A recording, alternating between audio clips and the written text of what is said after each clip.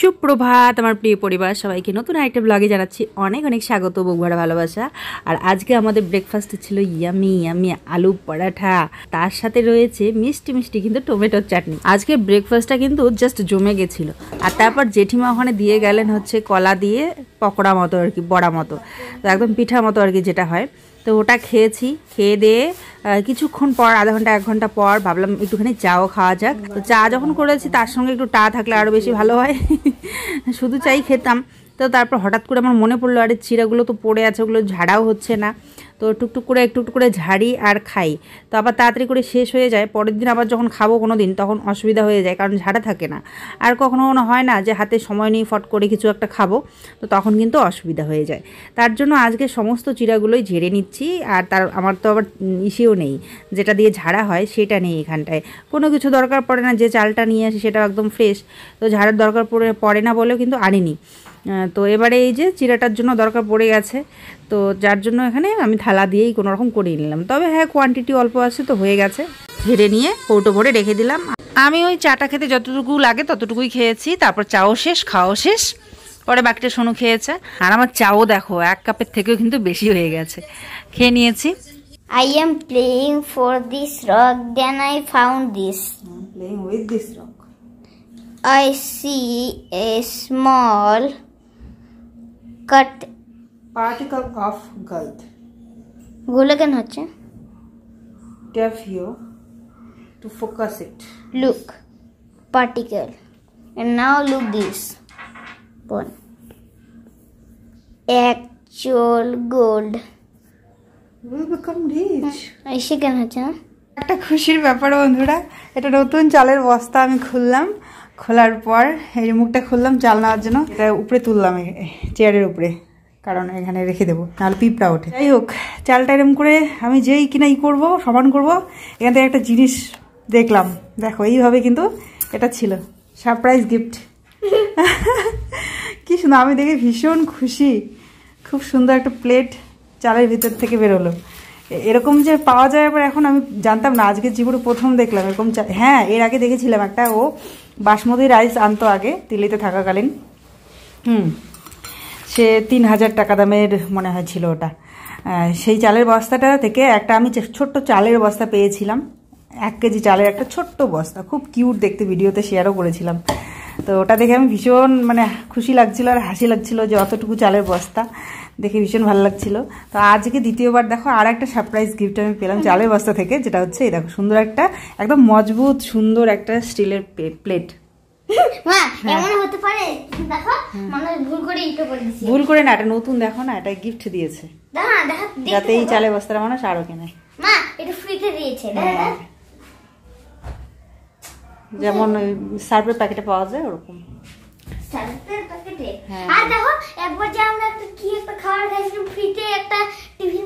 হ্যাঁ হ্যাঁ, সোনু পাপা একটা বিস্কিট এনেছিল, বিস্কিট না কেক, হ্যাঁ কেক ছিল একটা। তো সেই কেকের প্যাকেটটা কেনার জন্য এইটা গিফট পেয়েছিল। তো সোনুকে এটাতে ফ্রুটস দেই আমি, ফ্রুটস বেকের জন্য। আর একটা এই যে প্লেট দিলাম। শোনা এটা যেটা দেখতেছে না, চালের থেকেও বেশি দাম হয়। হ্যাঁ, পাগল নাকি, চালের থেকে বেশি দাম হয় না, কিন্তু যাই হোক একটা গিফট এসেছে, ভালো লাগছে। এটাতে মাছের ঝোল দেবো তোমাকে, তাই তো? আজকে চালের বস্তার দামের কথা বলতে গিয়ে আমার না একটা কথা খুব মনে পড়ছে। যখন দিল্লিতে ছিলাম তোমরা অনেকেই তখন থেকে আমাদেরকে দেখো, তোমরা জানো, তোমরাও হয়তো সেই সিচুয়েশনটাও দেখেছো আমাদের। তো তখনকারই কিছু কথা তোমাদের সঙ্গে আমি শেয়ার করবো, কিছু সিচুয়েশন। শুভ দুপুর বন্ধুরা। তো এই যে চিড়াটা ঝেড়ে ঝেড়ে সব রাখলাম কৌটো করে, চিড়াটা ঝাড়ার ইসেতে আর কি খাওয়া হয় না, তো সময়ের অভাবে ছোটাছুটিতে এই যে সবগুলো ঝেড়ে রাখা হয় না, একটু একটু করে ঝাড়ি আর খাই। তো ওরম করে করে শেষ হয়ে গেছে ঝাড়াটা, আর পরে আর সকালবেলা যে খাবো সেটার উপায় ছিল না। ওটা ঝেড়ে রাখলাম, এখন সে যখনই সকালবেলা প্রয়োজন পড়বে নেবো আর খাবো চায়ের সঙ্গে। ঝেড়ে রেখে দিলাম কৌটো ভরে। আর তারপরে কিন্তু সোনুকে এই যে যোগা পড়ালাম, পড়িয়ে টড়িয়ে এদিকে কিন্তু আমার সবজিগুলো কেটে নিলাম। আর ওদিকে কিন্তু পড়াতে রান্নাও করছিলাম। ভাত হয়ে গেছে, করলা আলু ভাজা হয়ে গেছে। এখন এই যে ঢ্যাঁড়স আলু আর হচ্ছে তোমার মিষ্টি কুমড়োর ডাঁটা, যেটা জেঠিমা পড়ে গেল। জেঠিমা কালকে পরশুদিন দিয়েছিল কটা লাউ মিশিয়ে মিষ্টি কুমড়োর ডাঁটা, যেটা হলো তোমার জেঠিমাকে ওনার এক আত্মীয় এসেছিলেন, উনি দিয়েছিলেন, জেঠিমা আমাদেরকেও দিয়ে গেলেন। এখানে জল ছিল, একটু এখানে ধুয়ে রাখতাম, তো দিয়ে গেছিলেন। তো ভাবলাম চলো আজকে এটা বানিয়ে নিই, নাহলে শুটো লেগে যাচ্ছিল, ফ্রিজে থাকলেও কিন্তু শুটো লেগে যায় বলো। তো এই জন্য আর কি কেটে নিয়ে নিলাম এটা। এখন এখানে দুটো আবার টমেটোও দিয়েছি।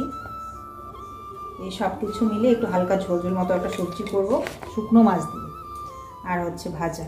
তো ব্যাস আপাতত এই, আর বেশি কিছু করতে যাব না, কারণ তাড়াতাড়ি করে রান্না করে ওকে খাওয়াতে হবে, এই খাবার আবার হজম হবে, তারপরে ও যাবে যোগাতে, 4টার দিকে যোগা আছে।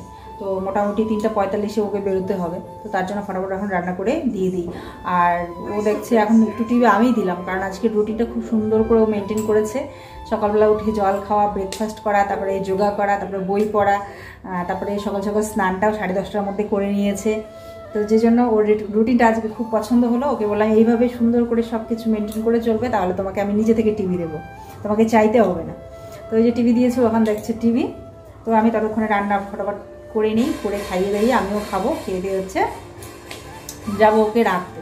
আর ওদিকে কিন্তু কাজও করছি, একটু একটু করে বাসন ধুচ্ছি। মোটামুটি অর্ধেক বাসন দেওয়া হয়ে গেছে, আর একটু পড়ে আছে। ওটুকু সবজিটা উঠিয়ে দিয়ে যখন জল দেবো সেদ্ধ করার জন্য, সেদ্ধ হবে সবজিটা, তখন বাকি বাসনটুকু ধোবো। এইভাবে আর কি কাজগুলো করতে হয়, না হলে লেট হয়ে যাবে।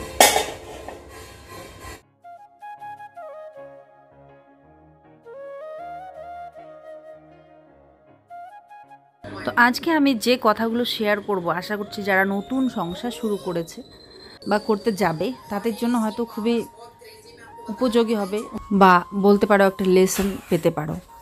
স্পেশালি যারা আমার মতো, মানে ধরো সংসারে গভীরে ঢুকবে না, মাথা ঘামাবে না, নির্ভেজাল থাকতে চাও, শান্তি পছন্দ করো, দুটো কাজ করবে, দুটো রান্না করবে আর খাবে, চুপচাপ থাকবে, বেশি ঝামেলায় যাওই না, এরকম টাইপের হয়ে থাকলে পরে কিন্তু পস্তাতে হবে। আর আমি মানে কি ভুলটা করেছিলাম, তারপরে গিয়ে সেটাকে কিভাবে শুধরালাম, সেটাই তোমাদের সঙ্গে আজকে শেয়ার করব। যখন ওখানটায় ছিলাম তখন সোনুর পাপা কিন্তু সম্পূর্ণ নিজেই সংসারটা চালাতো। এখন যেমন আমার হাতে, কিন্তু তখন কিন্তু ও চালাতো, আমাকে মাথা ঢোকাতে দিত না সংসারে। আমি যদি ধরো কোনো কিছু জিজ্ঞেসও করেছি না, যে এটা কত দাম হলো, এটা কি, কতটা আনলে, এরকম টাইপের যদি কোনো কিছু জিজ্ঞেস করেওছি সংসারের সম্বন্ধে, তো ও বলতো থাক, তোমাকে এত মাথা ঘামাতে হবে না, টেনশন নিতে হবে না, তোমার ছোট মাথা, এখনও বয়স কম আছে, তুমি এত সামলাতে পারবে না, তুমি এত মাথা ঘামাতে হবে না সংসারের জ্বালায়, তুমি রান্নাবান্না করো, চুপচাপ থাকো, চুপচাপ খাও শান্তি মতো, এখানে অনেক জ্বালা আছে সংসারে, তুমি এগুলো পারবে না। তো আমাকে এরকমটাই সবসময় বলতো, আর আমি তখন আর কিছু বলতাম না, চুপচাপ যা এনে দিত আমি রান্না করতাম, খেতাম, ওদেরকে দিতাম, এই আর কি, এইভাবেই চলছিল সংসার। আর বাড়িতে যখন ছিলাম, দিল্লি যাওয়ার আগেই আর কি, যখন সংসারে ছিলাম শ্বশুরবাড়িতে, তখনও সেম বর দায়িত্ব দিয়ে দিয়েছিলেন মার হাতে। তো মা আর কি সমস্তটাই মা এই সামলাতো, যে কতটা চাল লাগবে, কতটা ডাল লাগবে, কতটা কী লাগবে, সংসারের দায়িত্ব সমস্ত কিছু মাই মাথা ঘামাতো। আর আমি ধরো ওই রান্নাটুকু করে দিতাম সবাইকে, খেতাম আর কি চুপচাপ, আর শান্তি মতো চুপচাপ থাকতাম। তো ওরকমই দীর্ঘ বছর কেটেছে। তারপর দিল্লিতে যখন গেলাম, তখন তো আমার ছেলে মোটামুটি অনেকটাই বড়, 4-5 বছর হয়ে গেছে। তখন গিয়ে কিন্তু আমি মানে মোটামুটি 9 বছর 10 বছর আমার বিবাহিত জীবন হয়ে গেছে। তারপরে গিয়ে আমি মানে মাথা ঢোকালাম, ও যতই মানে বলুক। পরবর্তীতে আমি যখন আশেপাশে দিদিদের দেখলাম ওরা সংসারে মাথা ঢোকায়, নাক গলায়, তো তখন আমারও মনে হলো না, আমাকেও একটু নাকটা ঢোকাতে হবে, নাকটা গলাতে হবে। কখন তাও মনে হলো জানো তো, যখন দেখলাম যে আশেপাশে সবাই বেশ দিব্যি ভালোই আছে, ভালোই চলছে, কিন্তু চাকরি করেও আমাদের সংসারে কেন অভাব অনটন, তাতে যেটুকুই আসে ভগবানের কৃপাতে, সেটুকু দিয়ে তো কোনো রকম ভালো মতো চলে যাওয়া উচিত খেয়ে পড়ে, কিন্তু সেখানেও কেন টানাপোড়ন চলছে। যখন এটা দেখলাম যে আশেপাশে সবাই ঠিকঠাক আছে, ঠিকঠাক চলছে ওদের সংসারটা, যতই লোন হোক ইসে হোক, কিন্তু আমি ভাবতাম যে আমার বর যেহেতু এতগুলো লোন নিয়েছে, দোকানটা করেছে, যে জন্য বোধহয় আমাদের এরকম সমস্যা, তো কোনো ব্যাপার নাই, এরকমই হয়তো চলতে হবে কষ্ট করে, এটা ভাবতাম আর কি। কিন্তু তারপর ওদের শুনলাম, ওরাও বলে হ্যাঁ আমাদেরও তো লোন আছে, আমাদেরও তো লোন আছে। এরকমটা শোনার পর না আমার একটু ডাউট হলো, যে তাহলে সত্যি কি সোনুর পাপা কি ঠিকঠাক কি সংসারটা চালাচ্ছে, সব কিছুই কি ঠিকঠাক করছে, কোথাও ভুল করছে না তো, যার জন্য আমাদের এরকম হচ্ছে, অন্যদের তো হচ্ছে না। তো তারপর না ও মাথা ঢোকাতে না দিলেও আমি জোর করে মাথা ঢোকালাম, নাকটা গলালাম। তোমাদের সোনুর পাপাকে আমি বলে বসলাম যে বলো তো তুমি চালটা কত নিয়ে এসছো, এই চালটা যে নিয়ে এসছো, এই বস্তাটার দাম কত। তো প্রথমত আগে তো বলতো না, তো যাই হোক সেদিনকে বললো যে এটার দাম 3000 টাকা। তো তারপর আমি ভাবলাম এই 3000 টাকার চাল খেয়ে আমাদের কি পোষাবে বলো? বাসমতি রাইস, সেই বিরিয়ানি, ওটা ওটা খাবো, সে আলাদা ব্যাপার, কিন্তু সব সময় খাওয়ার জন্য এই বাসমতি চাল খাওয়ার কি দরকারটা আছে? তখন আমি বললাম যে এরকম কেন করো, তুমি নর্মালি চাল নিয়ে আসো, এই চালটা সব সময় খাওয়ার জন্য কি দরকার? আর তার সাথে ও না সবজি নিয়ে আসতো, যেদিনকে বাজার করতো সেদিনকে প্রচুর সবজি নিয়ে আসতো, আর ওগুলো সব খেতে পারতাম না, অর্ধেক খেতে খেতে ওদিকে অর্ধেকটা পচে যেত, নষ্ট হয়ে যেত, এভাবে ওয়েস্ট হতো। তো আমি তখন বললাম অল্প অল্প করে নিয়ে আসো। তাছাড়াও একটা কারণ আছে, ও সবসময় তো বাইরে বেরোতে পারে না, বাজার যেতে পারে না, তো যে জন্য যেদিনকে যায় সেদিনকে বেশি করে নিয়ে আসার চেষ্টা করে। কিন্তু তারপরে আমি বলি যে তবু অল্প অল্প করে নিয়ে আসার চেষ্টা করো, যতটুকু লাগবে মোটামুটি 3-4 দিনের জন্য নিয়ে এসো, পরে না হয় একদিন গিয়ে নিয়ে আসা যাবে। তো ওই সময় তোমরাও অনেকেই ভ্লগে দেখতে যে ওর পাপা এরকমই করতো, কখনো কোনো মাংস নিয়ে আসতো তো পুরো একটা ছোট বালতি ছিল, ওই বালতি দিয়ে 1 বালতি হয়ে যেত, ওটা ফ্রিজে রেখে দিতাম কারণ ও বারবার যেতে চায় না, ওইটাই খাওয়া হতো। আর কখনো কখনো ওরকম অনেক সবজি আনা হতো, নষ্ট হতো, বা চালটা বেশি দামে নিত, এরকম কিছু কাণ্ডকীর্তির জন্য দেখতে যে মাসের অর্ধেক গিয়ে কিন্তু টাকা শেষ হয়ে গেছে, কিন্তু এদিকে আবার কখনো কখনো হুটহাট করে 1000 টাকা দামের 1200 টাকা দামের বাদামের প্যাকেট নিয়ে আসছে, এরকমটাই করতো। শুভ বিকেল বন্ধুরা, বেজে গেছে এখন 3টা বেজে 48 মিনিট। আর কিছুক্ষণ আগে খাওয়া দাওয়া সেরে সোনু কিন্তু বেরিয়ে পড়েছে জোগাড় উদ্দেশ্যে, 4টার দিকে শুরু হবে। তো ওকে বললাম অনেক সময় আছে, আস্তে আস্তে যা একদম। আর আমার মুখের মধ্যে ভাবছে এটা কি, তো হ্যাঁ, দেশি জোগাড়। ফ্রিতে যখন পাওয়া যায় এত কিছু, তাহলে কেন টাকা খরচা করবো বলো? তো আমি এই যে স্ক্রাব এভাবেই করি, আজকে একটু প্যাক মতো করে লাগিয়ে রেখেছি, একটু পরে স্নান করবোই, তো ঘষে ঘষে তখন তুলে নেব। আর কোনো কোনো সময় ফেসিয়ালের মতো করে, মানে স্ক্রাবের মতো করে নিয়ে জাস্ট মুখে মেখে মেখে ঘষে ঘষে রগড়ে রগড়ে ধুয়ে ফেলি, শেষ। আর আজকে একটু রেখেছি থাক, কারণ স্নানে যাব, তো তার আগে এই যে জল গরম করতে দেব, কারণ বুঝতেই পারছো আমার ব্যথার জন্য গরম জল দিয়ে স্নান করতে ভালো লাগে। গরম জলটা দিয়ে স্নান করলে কি ব্যথাটা একটু কম অনুভব হয় আর কি, মনে হচ্ছে যে শরীরটা ঝরঝরে হয়ে গেল এরকম লাগে। তো যার জন্য গরম জল দিয়ে করার চেষ্টা করি, বিশেষ করে যেদিনকে ঠান্ডা পড়ে। আজকে একটু ঠান্ডা পড়েছে, বৃষ্টি বৃষ্টি হচ্ছে যে কারণে। আর গরম পড়লে তো ট্যাঙ্কির জলে এমনিতেই গরম হয়ে থাকে, ট্যাঙ্কের জল, তো অটোমেটিক গরম জল পেয়ে যাই। তো আজকে তো ঠান্ডা বৃষ্টি হচ্ছে, তো বৃষ্টি একটু আগে হলো, ঝিমঝিম করে থেমে গেল আবার, ওর যাওয়ার টাইমে ভাগ্যিস। আবার একটু ঝেরঝর করে পড়ছে, কোনো ব্যাপার না, আশা করছি থেমে যাবে তাড়াতাড়ি। আজকে খুব একটা যে হাওয়া বৃষ্টি ঝড় বৃষ্টি তা না, কালকে রাত্রেবেলা প্রচুর ঝড় হয়েছিল 4টার দিকে, ভোরের দিকে খুব ঝড় বৃষ্টি হচ্ছিল। তো আজকে এমনি নর্মালি পড়ছে, তো আশা করছি তাড়াতাড়ি থেমে যাবে। জলটা গরম করে স্নানটা সেরে নিই, স্নানটা সেরে পুজো দেবো, আর তারপরে একটুখানি শুয়ে এডিটিং করব। দেখো বেলাটা এইভাবেই শেষ হয়ে গেল, আর একটু পরে 4টা বাজবেই। তো যাক, ওকে পাঠিয়ে দিলাম, পরে ওকে গিয়ে নিয়ে আসবো, কারণ ও সাইকেল নিয়ে চলেই যায়। আবার ওকে আমি যাই পিছু পিছু গিয়ে, তো ওই গিয়ে রেগে ও শুরু করে দিয়েছে, তো আমার গিয়ে তো লাভ না, আবার ফিরে আসতে হয়। তো তার জন্য আমি বললাম যে তুই যা, কিছুক্ষণ পর আমি যাবো এখন। তো আবার এডিট কি করব, একটুখানি 10-5 মিনিট শোবো, শুয়ে ওইটুকুতে যেটুকু এডিট হবে, তারপরে আবার ছেলেকে আনতে যেতে হবে, এই আর কি। দেখতে দেখতে 1 ঘন্টা হয়ে যায়। তো চলো এখন ঝটপট করে স্নানটা সেরে, আবার প্রচুর কাপড় আছে ধোয়ার জন্য। ধুবো কি করে বলো তো? দেখো আকাশের কি অবস্থা, কি করে ধুই। এ দেখো ঝমঝম করে বৃষ্টি হচ্ছে। কালকে না রাত্রেবেলা এই যে নাকের সেটা খুলে নথটা পরে নিয়েছি, অনেকদিন ধরে পরি না, ভাবলাম চলো একটু পরি, একটু লুকটা চেঞ্জ করা যাক। তো ভালো লাগে আর কি মাঝে মধ্যে চেঞ্জ করতে আমার। চলো, রাত্রেবেলা কত রাত্রে জানো এডিট করছিলাম, তখন 2-2-2:30 হবে। তখন কি মনে হলো হঠাৎ করে চেঞ্জ করি, চলো ফট করে নিলাম। লেট তো হয়েইছে, আজকে স্কুল ছিল না, যে কারণে আমি জানি যে স্কুল তো নেই, তাই আর কি। নাহলে তো স্কুল থাকলে তাড়াতাড়ি শুতেই হতো, কারণ সকালে উঠে সোনার জন্য টিফিন বানানো, ওকে রেডি করে পাঠিয়ে দেওয়া, তাই আর কি। এদিকে সমস্ত বাসন কোসন ধুয়ে নিলাম খাওয়া দাওয়া সেরে।